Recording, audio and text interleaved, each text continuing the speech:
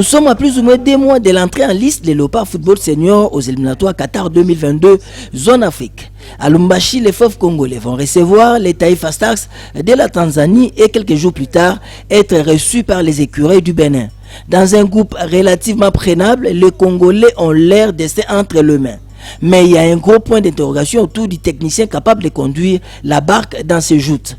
Après les ratés dans les éliminatoires Cameroun 2021 et les départs confirmés de Christian Sengbe Meseseko, bon nombre de sportifs se posent la question de savoir qui sera le prochain coach. À la lumière de ce qui se trame aujourd'hui sur la toile et les réseaux sociaux, plusieurs noms de techniciens expatriés sont cités. Igo Boss, Sébastien Minier, Christian Gokouf et tant d'autres noms. En tant que fin limier observateur averti de notre football, fort et malheureusement de constater que le temps n'est pas à notre faveur, non plus notre allié. Admettons que les choix soient portés sur un coach étranger. Ce dernier fera face à plusieurs difficultés, notamment le timing parfait pour choisir et composer un groupe complet, compact et homogène pour faire face et remonter les défis. Une autre difficulté, c'est la trésorerie nationale qui, au dire des spécialistes des finances, se trouve en difficulté. Admettons que les choix soient levés sur un coaching expatrié, ce dernier va exiger sa prime à la signature, un logement décent et une avance sur salaire de plus ou moins 6 mois. Vous avez un blanc, vous lui donnez facilement 50 000 euros. Vous avez votre propre frère, vous préférez le faire travailler bénévolement et vous attendez de lui les résultats. Non. Faites confiance aux Congolais, l'expertise est là.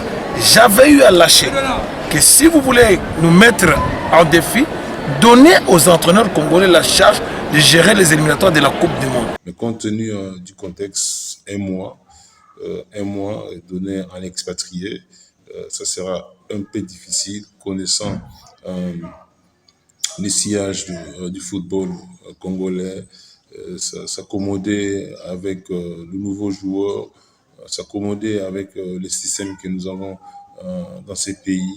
Et je crois que ça sera un peu difficile pour lui. Donc, cela ne tient, comme je l'ai dit tantôt, cela ne nous engage que nous. Donc, il appartient à la fédération, au président de la fédération qui est à même d'écouter aussi nos avis, mais je crois qu'il tiendra compte de ça aussi. Des choses difficiles réalisables en ces temps de la pandémie Covid-19 où le gouvernement a du mal à maximiser les recettes.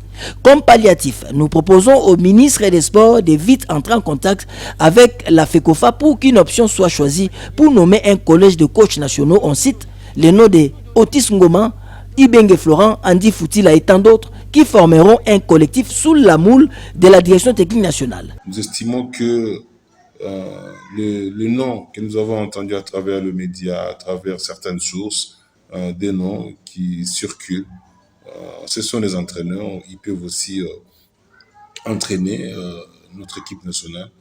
Mais dans le contexte actuel, nous estimons qu'il serait mieux et qu'il serait de bonne guerre de pouvoir donner encore la chance à nos entraîneurs qui sont ici, notamment à ceux-là qui ont déjà eu à travailler au niveau de l'équipe nationale et qui ont fait preuve de certaines compétences, même s'ils sont des humains. La perfection n'est pas de ce monde. Je pourrais citer coach Ibenge, je pourrais citer le coach Moussa Dissou, ils sont nombreux. Et je crois que si on donne la dernière chance à ces voyants entraîneurs locaux pour conduire les fiscs cette phase de la qualification, des éliminatoires de la qualification pour le mondial 2022, ça sera une bonne chose. L'avantage de cet argument est que ça permet à l'organe de tutelle et technique de gagner en termes de temps et de moyens pour mettre en place une équipe à ossature locale qui sera complétée par les meilleurs des Congolais de l'étranger. Déjà, la délocalisation de la rencontre RDC-Tanzanie a eu un impact négatif dans les chefs des Congolais. La non-maîtrise du dossier choix des entraîneurs pourra jeter un froid dans les relations entre le gouvernement et son organe technique qui est la FECOFA. Et surtout, ça paiera tous les efforts consentis pour permettre aux Léopards de faire sortir la tête de l'eau. D'où l'appel à une large consensus autour de tous les acteurs et partenaires liés au football. À bon entendeur, salut.